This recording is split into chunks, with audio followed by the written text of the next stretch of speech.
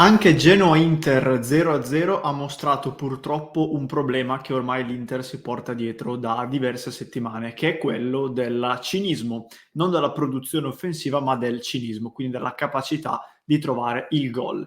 In questo episodio, ragazzi, ben ritrovati innanzitutto, proverò a darvi tre personalissime possibili soluzioni, detto che non voglio assolutamente sostituirmi a Mister Inzaghi o dare consigli a persone che ne sanno molto più di me, però vedendo e rivedendo le partite ho individuato quelle che possono essere 3 più 1, diciamo così, possibili soluzioni per provare a risolvere questo problema. Più che altro voglio provare a condividere con voi le mie riflessioni e provare a capire se c'è effettivamente un modo nel breve periodo per tornare a rivedere quello che di fatto era l'Inter di novembre-dicembre, quindi non un Inter che non abbiamo mai visto e che quindi potremmo non essere legittimati a sognare, ma un Inter che abbiamo visto essere realtà e che dobbiamo, diciamo, augurarci di rivedere, perché in quel modo lì sarà difficile, o sarebbe, perché vediamo se accadrà, sarebbe difficile perdere questo scudetto che invece stiamo giocando un po' al ribasso sia noi che il Milan.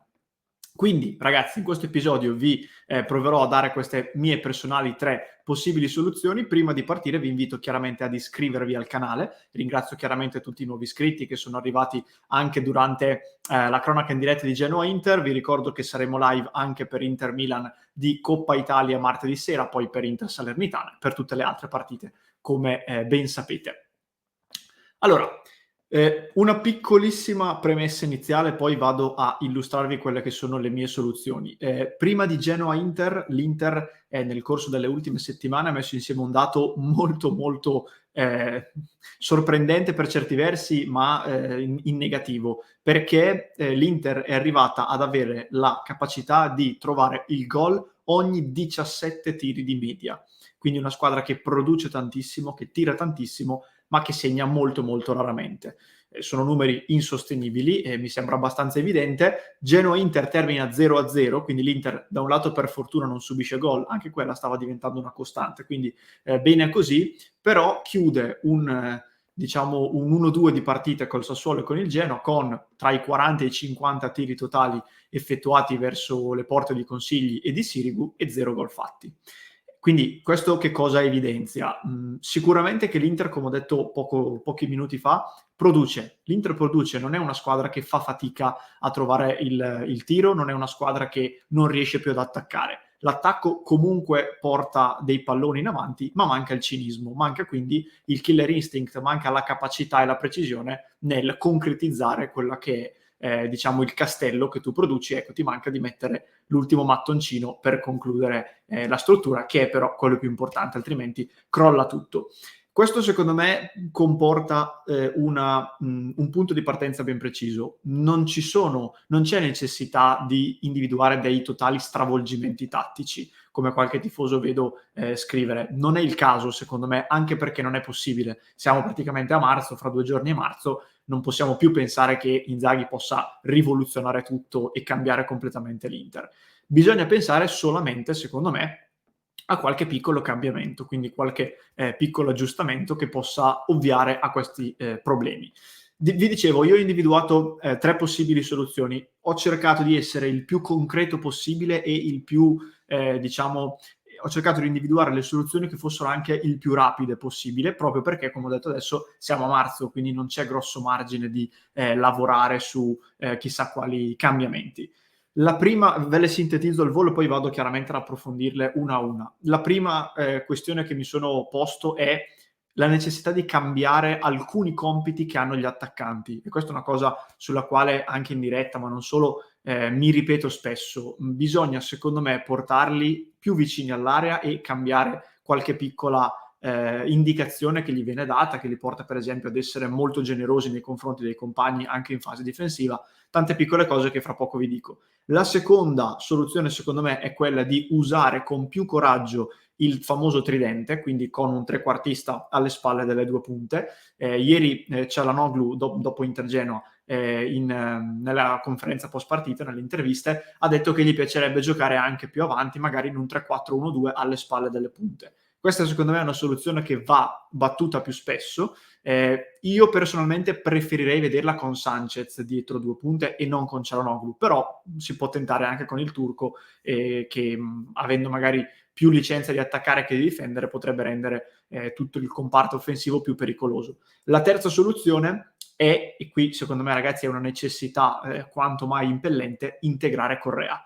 Adesso Correa rientrerà dall'infortunio finalmente, incrociamo le dita che non si faccia più male. Nel momento in cui torna ad essere disponibile bisogna lavorarci e bisogna integrarlo, perché Correa, nonostante la sua diciamo discontinuità dal punto di vista diciamo realizzativo e anche fisico, è un giocatore che ha caratteristiche uniche e quindi non si può secondo me in questo momento prescindere dal fatto appunto di averlo a disposizione.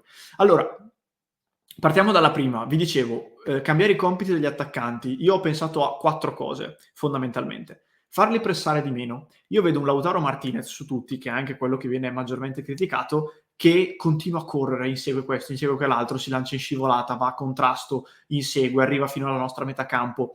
Tutti compiti che sono belli da vedere, ti trasmettono il fatto che il giocatore abbia voglia di spendersi per la squadra, ma che secondo me lo rendono meno lucido quando poi deve effettivamente fare la differenza, ovvero quando è in area di rigore. Quindi pressare di meno, essere meno dispendiosi in quelle situazioni che non sono, diciamo, prevalentemente compito di un attaccante, in modo tale da essere più lucidi nelle fasi più importanti della partita.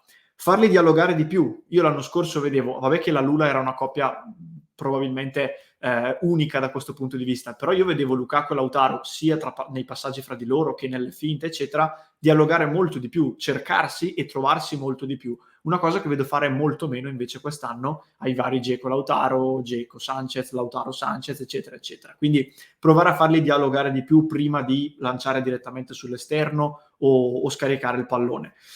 Soprattutto portarli più vicino all'area di rigore e alla porta avversaria. Questa è la cosa su cui in particolare insisto da tempo, perché tanti criticano Lautaro, criticano gli altri, però se la posizione media in partita è a metà, diciamo, fra la linea di metà campo e l'area di rigore avversaria, è inevitabile che è difficile fare gol se navighi sempre in quelle posizioni lì. Quindi portarli più vicino all'area in modo tale da riempire ancora meglio l'area di rigore e stringendo anche le linee, non dando uno spacco clamoroso fra la difesa e l'attacco, altrimenti si corre tantissimo e comunque lo si fa male. Ultimissima cosa, ripensare molto meglio le coppie. Io sono settimane che dico che la coppia Sanchez-Dzeko secondo me non ha senso, perché fanno lo stesso tipo di lavoro, entrambi tendono ad arretrare, tendono a girare e svariare su tutto il fronte offensivo, ma nessuno dei due poi va in area di rigore appunto. Secondo me è opportuno capire che alcune coppie possono funzionare, altre no, e quindi non giochiamocele più queste altre. Piuttosto facciamo fare uno sforzo a uno che magari è un po' più stanco o ripensiamo l'organizzazione. Però Sanchez-Dzeko, francamente, così come anche Correa-Dzeko quando ritornerà, per me sono coppie che non funzionano, quindi non proviamole nemmeno più. Questa è la mia idea. La seconda soluzione, vi dicevo, il fatto di usare con più coraggio il tridente. L'Inter, ragazzi, è una delle squadre più forti d'Italia. Ora non so se è la più forte, non so se lo è il Milan o è il Napoli, non mi interessa. Sicuramente è una delle più forti, vista la classifica, visto la rosa a disposizione. Francamente non accetto in un Genoa-Inter dove affronti una squadra che è penultima in classifica e che sta tenendo il passo, ma più dal punto di vista difensivo che offensivo, perché alla fine il Genoa fa un tiro pericoloso in tutta la partita. Io francamente non posso accettare che non si abbia il coraggio di provare a giocare con le tre punte, anche solo per 10-15 minuti, il tempo di sbloccarla e poi eventualmente ricorreggere in corsa. Ieri ancora una volta Inzaghi, oltre ai cambi tardivi, ha fatto anche i soliti cambi uomo per uomo, quindi fuori la mezzala dentro la mezzala, fuori l'esterno dentro l'esterno, fuori la punta dentro la punta. Io batterei molto più spesso la strada del tridente, perché poi non è una condizione dalla quale non puoi più tornare indietro. Cioè, molti magari pensano, e anch'io lo dico, ma mettendo il tridente ti sbilanci troppo. Ok, però non stai affrontando il Liverpool, stai affrontando il Genoa, che è penultimo in classifica e che ieri giocava con una sola punta contro 3 tuoi difensori centrali.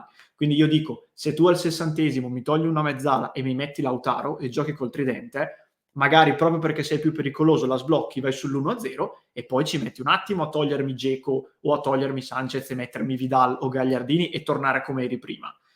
Invece che magari giocarti il tridente negli ultimi 5 minuti dove c'è la fretta, dove c'è la stanchezza, dove ci sono i palloni buttati in avanti un po' a caso e quindi non sfruttare quella che è la forza propulsiva appunto del tridente. Quindi sceglierlo un po' di più, chiaramente non sempre, però avere un pochino più di coraggio, e in modo tale da magari riuscire a sbloccare delle partite un po' prima e non andare affannosamente alla ricerca del gol negli ultimissimi minuti, dove tutto poi diventa più confusionario, e poi avere la possibilità tranquillamente di tornare indietro. Come dicevo prima, più Sanchez che Çalhanoğlu, se possibile. Io preferirei in questo tridente.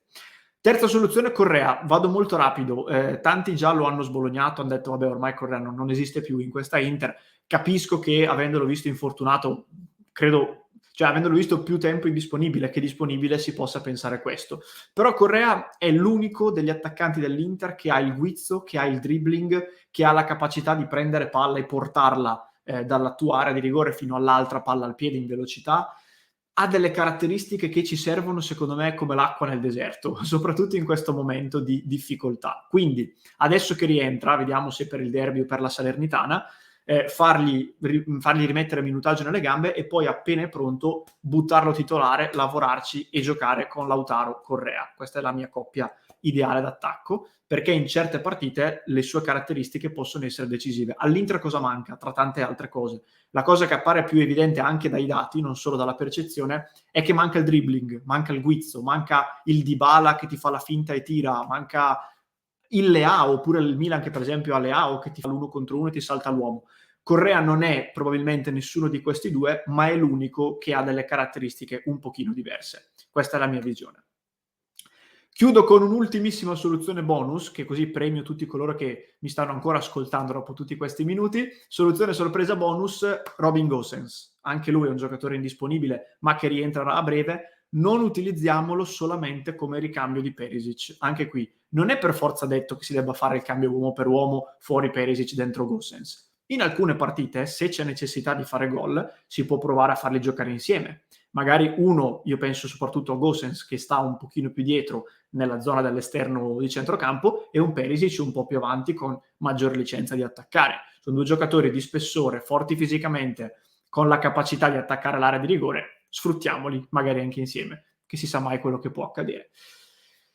Queste, ragazzi, erano le mie 3 più 1 possibili soluzioni per risolvere il problema dell'attacco. Ripeto, ho voluto fare questo episodio proprio per sottoporvi queste mie riflessioni e per dibattere un po' con voi. Non voglio minimamente avere la presunzione di dare consigli a persone che fanno gli allenatori da una vita come Simone Inzaghi o altro, però ho pensato a queste cose, visto che questi problemi poi sono piuttosto reiterati nelle ultime settimane. Io che poi ogni volta mi riguardo le partite anche quando non sono belle, come Genoa-Inter, però lo faccio, noto alcune cose ormai da tempo, e quindi mi sono arrivate, diciamo, in mente queste idee e le ho volute condividere con voi. Se siete arrivati fino a questo punto dell'episodio, quindi vi ringrazio innanzitutto. Fatemelo sapere con l'emoji del pallone, che deve iniziare a finire dentro quella cavolo di porta, prima o poi ce la faremo. Fatemi sapere anche nei commenti, ovviamente, cosa ne pensate. Sono molto curioso di sentire le vostre riflessioni.